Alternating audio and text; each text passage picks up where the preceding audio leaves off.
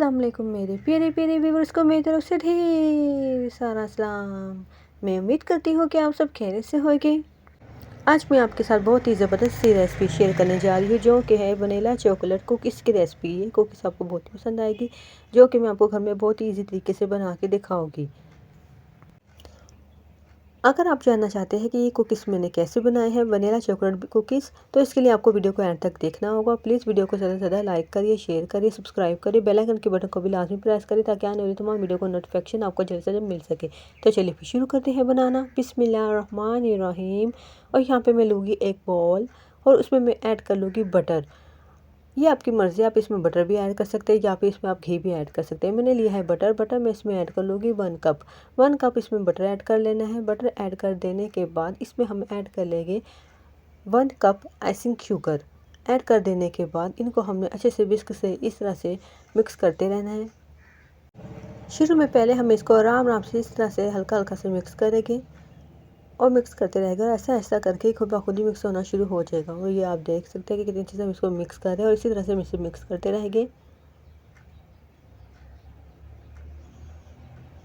और ऐसा ऐसा करके कितने अच्छे से मिक्स होना शुरू हो चुका है। बटर और आइसिंग शुगर दोनों मिक्स होना शुरू हो चुकी है और मिक्स होने के बाद देखिएगा कितना अच्छे से थिक सा होना शुरू हो चुका है और कितना प्यारा इसमें कलर आना शुरू हो चुका है। जैसे ही हम इसको अच्छे से मिक्स कर लेंगे तो मिक्स करने के बाद फिर आपको दिखाऊंगी कि कितने अच्छे से मिक्स हो चुका होगा। और यहाँ पे अभी मैं इसको मिक्स करूँगी। हमने इसको मिक्स 1 मिनट के लिए करना है। 1 मिनट के लिए हम इसको अच्छे से मिक्स करेंगे। यहाँ पे थोड़ी सी मेहनत है, इसको जितना हम अच्छे से मिक्स करेंगे उतनी अच्छी हमारे कुकीज़ तैयार होगी बन के। और यहाँ पे इसको मिक्स करते हो चुके हैं 1 मिनट के बाद ये स्पैचुला से देखिएगा, मैं आपको दिखा रही हूँ कितने अच्छे से देखिए इसमें कलर आ चुका है और कितना प्यारा ठीक सा हो चुका है। दोनों मिलके कितने अच्छे से मिक्स हो चुके हैं जैसे कि आप देख चुके हैं। अब मैंने इसमें ऐड कर लेना है वनीला कस्टर्ड पाउडर। अब मैं इसमें वनीला कस्टर्ड ऐड करूँगी 2 टेबलस्पून। 2 टेबलस्पून ऐड कर देने के बाद इसमें हमने ड्राई मिल्क पाउडर ऐड कर लेना है और इसमें मैं ऐड करूँगी 4 टेबलस्पून। और देख सकते हैं आप हम इसमें ऐड कर चुके हैं ड्राई मिल्क पाउडर। ऐड कर देने के बाद फिर हमने इसमें ऐड कर लेना है मैदा को मैंने पहले से स्टेन कर लिया था और स्टेन करने के बाद फिर मैं इसमें अब ऐड कर लूँगी ड्राई मिल्क पाउडर। ऐड कर देने के बाद मैदा जो कि हम इसमें ऐड करेंगे 2 कप। ऐड कर देने के बाद हमने इसको अच्छे से स्पैचुला से मिक्स करना है। जब अच्छे से हल्का हल्का मिक्स कर देंगे तो फिर हम अपने हाथ की मदद से अच्छे से इसकी डो तैयार करेंगे। और यहाँ पे कितनी अच्छे से हमने इसको स्पैचुला से मिक्स कर लिया था। अब हम अपने हाथ की मदद से इसके अच्छे से डो तैयार करेंगे।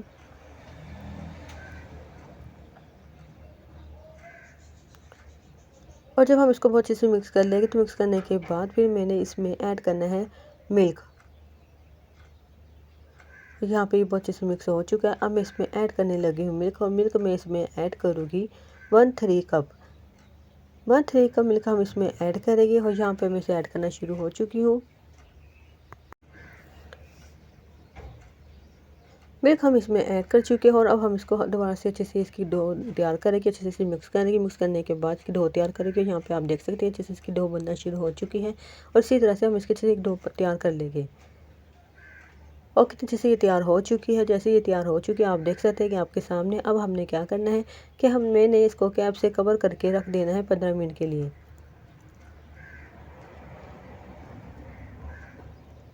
और इधर रखे हुए हो चुके हैं मुझे 15 मिनट कैप से कवर करके इस डो को। अब मैं इसका कैप हटा लूँगी और इधर हो चुके 15 मिनट के बाद अब मैं इसके सेंटर से कटिंग करूँगी। इसको कटिंग करने के बाद अब फिर मैं आगे क्या करूँगी वो मैं आपको जब कटिंग कर लूँगी तो इसके बाद बताऊँगी।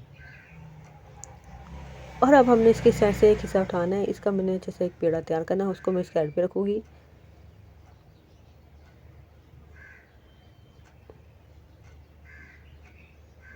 पेड़ा तैयार करने के बाद उसको मैंने उठा के साइड पे रख दिया है। और अब मैं इसमें ऐड करूँगी कोको पाउडर, जो कि मैं इसमें ऐड करूँगी 3 टेबलस्पून।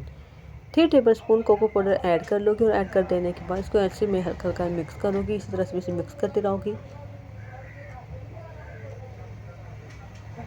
और यहाँ पे आप देख सकते हैं कि अच्छे से ये मिक्स होना शुरू हो चुका है। इन दोनों को मैं अच्छे से इसी तरह से इसकी डो तैयार करूँगी। और डो तैयार करते हुए मैं सॉरी स्किप हो चुका था, आपको वो दिखा नहीं सकी। तो यहाँ पे मैंने इसमें ऐड कर लिया था 3 टेबलस्पून मिल्क।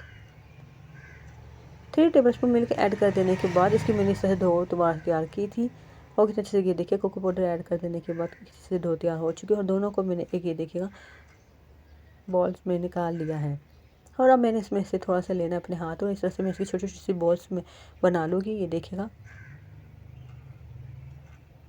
और यहाँ पे मैं बना चुकी हूँ और इसी तरह से मैंने जो चॉकलेट में बनाया है डो, उसको भी मैंने इसी तरह से हाथ में लेना है, उसकी भी इस तरह से मैंने डो को लेके बॉल बना लेनी है।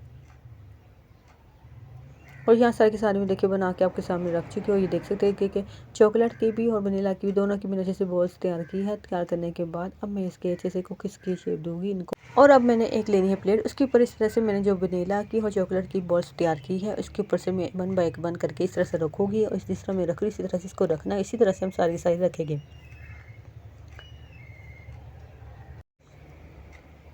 और इधर आप देख सकते हैं कि हमने सारी सारी से रख लिया। रखने के बाद मैंने इसके सेंटर में रखनी है चॉकलेट। हमने इसके सेंटर में रख लेनी है चॉकलेट। यहाँ पे मैं रखने लगी हूँ, उसके अंदर सेंटर में चॉकलेट रख लूँगी। रखने के बाद फिर मैंने इसको अपने हाथ में लेना और जिस तरह से मैं करूँगी इस तरह से मैं इसकी अच्छी सी शेप तैयार कर लेंगे। अब मैं इसको लेने लगी हूँ हाथ में रखने के लिए और इस तरह से मैं उठा के इस अपने हाथ में रखना और इस तरह से मैं इसकी शेप दे दूँगी जिस तरह से मैं करके दिखा रही हूँ।